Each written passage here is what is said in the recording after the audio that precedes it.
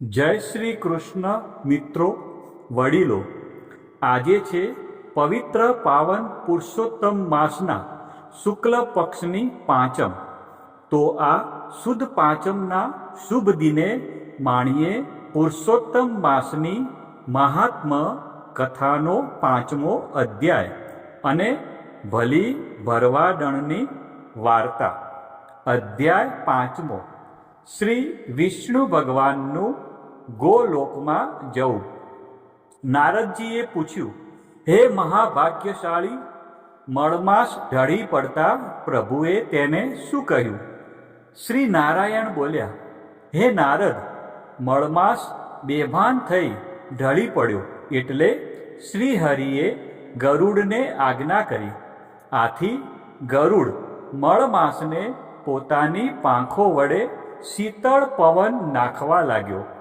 થોડી વારે કળ વળતા મળમાસ ભાનમાં આવીને ઊભો થયો ને ફરી કહેવા લાગ્યો, હે પ્રભુ, મારા ઉપર જે વિપત્તિ આવી પડી છે તેથી મને કાંઈ ગમતું નથી.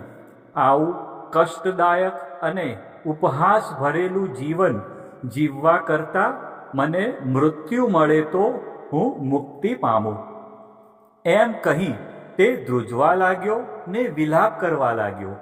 શ્રી વિષ્ણુ ભગવાને મળમાસના મસ્તક પર હાથ મૂકી તેને આશ્વાસન આપી શાંત કર્યો અને બોલ્યા, હે પુત્ર, ઉઠ, તારું કલ્યાણ થાવ.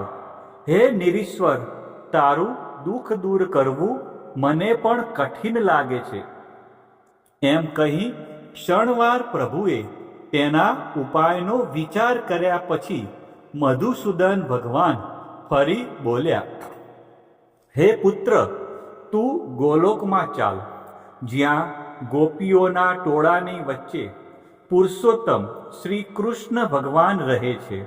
રત્નોના સિંહાસન પર બેસે છે, સ્વર્ગના આધાર છે, પરથી પણ પર છે.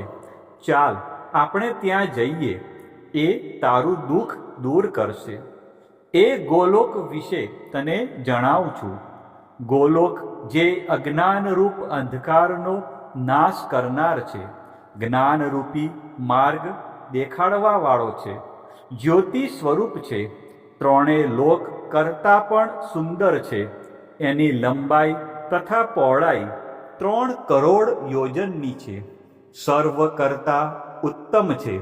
ત્યાં મનનું કે શરીરનું દુઃખ નથી અને ઉત્તમ રત્નોથી શણગારેલા અસંખ્ય મહેલોથી તે શોભી રહ્યું છે. એ ગોલોકની નીચે જમણી બાજુ 50 કરોડ યોજનના અંતરે વૈકુંઠ લોક છે અને ડાબી બાજુ તેટલા જ અંતરે શિવલોક છે. ત્યાં બધા વૈષ્ણવો વસે છે. એ બધા સુંદર પીળા વસ્ત્રો પહેરનારા છે. શંખ, ચક્ર, ગદા અને કમળની શોભાવાળા 4 બાહુથી યુક્ત છે. ત્યાં બધી સ્ત્રીઓ સુંદર છે. મહાભાગ્યશાળી શંકરના ગણો પણ ત્યાં રહે છે. તેઓ બધા જટાઓ ધારણ કરનાર, સર્પોની જનોઈ પહેરનાર, બધાએ ગંગાધારી, શુરા, 3 નેત્રોવાળા તથા જયથી શોભનારા છે. ગોલોકની વચ્ચે ઘણી જ સુમનોહર જ્યોતિ છે. એ જ્યોતિની અંદર મનોહર સ્વરૂપે શ્રી કૃષ્ણ ભગવાન બિરાજે છે.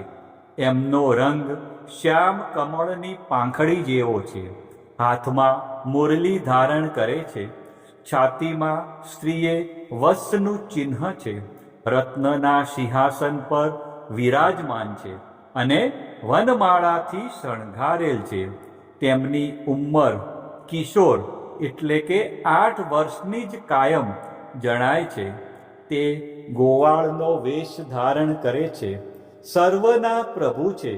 રાસ મંડળની વચ્ચે બિરાજે છે. સર્વ મંગળોના પણ મંગળ છે. પરમ આનંદથી પ્રકાશમાન છે. અવિનાશી તથા અવિકારી છે.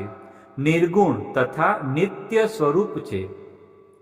આદ્ય પુરુષ છે. શાંતિ પરાયણ અને શાંત એવા શ્રી કૃષ્ણ ભગવાનનું શાંત વૈષ્ણવો ધ્યાન કરે છે.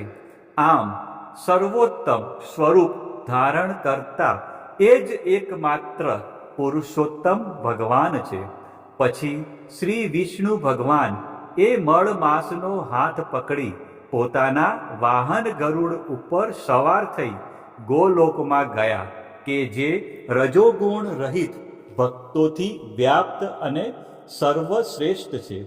શ્રી બૃહદ નારદીય પુરાણના પુરુષોત્તમ મહાત્મનો શ્રી વિષ્ણુ ભગવાનનું ગોલોકમાં જવું નામનો 5મો અધ્યાય સંપૂર્ણ. હવે પતિત પાવન પુરુષોત્તમ માસની કથાનું આપણે રસપાન કરશું. તો આપણે બધા ધ્યાનથી સાંભળીશું ભલી ભરવાડણની વાર્તા. ગંગાપુર ગામમાં એક ભલી ભરવાડણ રહે.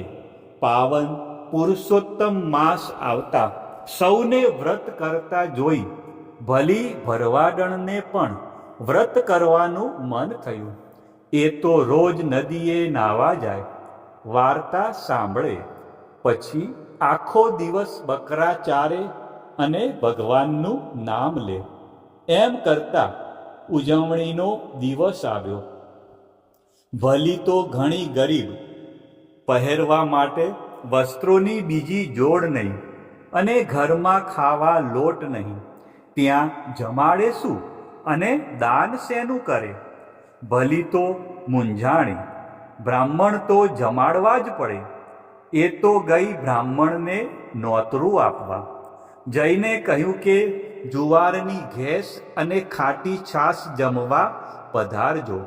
બ્રાહ્મણ તો મોં બગાડવા લાગ્યા. લચપચતા લાડુ છોડીને ઘેસ ખાવા કોણ આવે? ગામમાં કોઈ બ્રાહ્મણે હા પાડી નહીં. ભલી તો નિરાશ થઈને રડવા લાગી. ત્યારે ગોલોકમાં બિરાજેલા પુરુષોત્તમ પ્રભુને ચિંતા થઈ. ભલીનું વ્રત અધૂરું રહે તો ભગવાનની લાજ જાય. પ્રભુ તો 12 વર્ષના બટુકનું રૂપ ધારણ કરીને આવ્યા. ભલી પાસે અને કહેવા લાગ્યા, માજી કેમ રડો છો? હું પણ બ્રાહ્મણ છું. મને સીધું આપી દો, હું જાતે રાંધીને જમી લઈશ.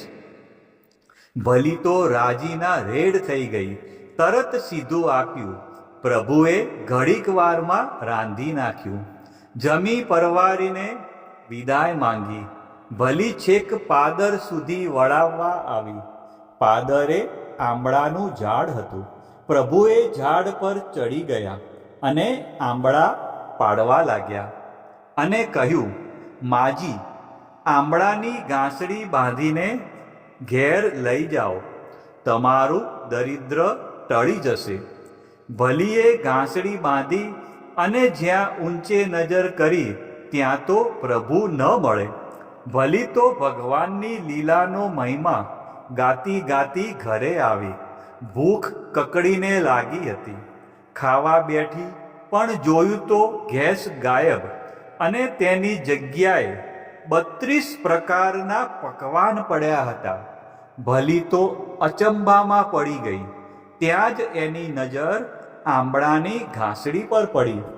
એમાં અજવાળું જોઈ ઘાસડી ખોલી તો આંબળા સોનાના થઈ ગયા હતા. ભલી સમજી ગઈ કે સાક્ષાત પ્રભુજી પોતે જ પધાર્યા હતા. ભલી તો વલોપાત કરવા લાગી. અરે રે, હું કેવી અભાગણી છું! પ્રભુ મારા ઘરે પધાર્યા અને હું તેમને ઓળખી ન શકી. મેં પ્રભુના ચરણ પણ ન ધોયા. મારો તો અવતાર એળે ગયો. હવે તો પ્રભુ દર્શન દે તો જ અન્ન જળ લેવા. ભલીએ અન્ન જળનો ત્યાગ કર્યો. ભલીનો દ્રઢ સંકલ્પ જોઈ પ્રભુ તરત દોડી આવ્યા અને ભલીને દર્શન આપ્યા. ભલીનો અવતાર ધન્ય થઈ ગયો. ભગવાન ભૂખ્યા ભાવના તણા, ન માગે મિષ્ટાન, ન માંગે પકવાન. શ્રદ્ધા થકી જે કોઈ ભજે તેને આપે દર્શન દાનમાં. વિદુર ઘેર ભાજી જમે છે, છોડે દુર્યોધનના મિષ્ટાન. ભક્તની ભીડ ભાંગે ભૂદરો, કાયા થાય કુરબાન. હે પુરુષોત્તમ નાથ, તમે જેવા ભલી ભરવાડણને ફળ્યા એવા સૌ ભાવિકોને ફળજો. બોલો શ્રી પુરુષોત્તમ ભગવાનની જય.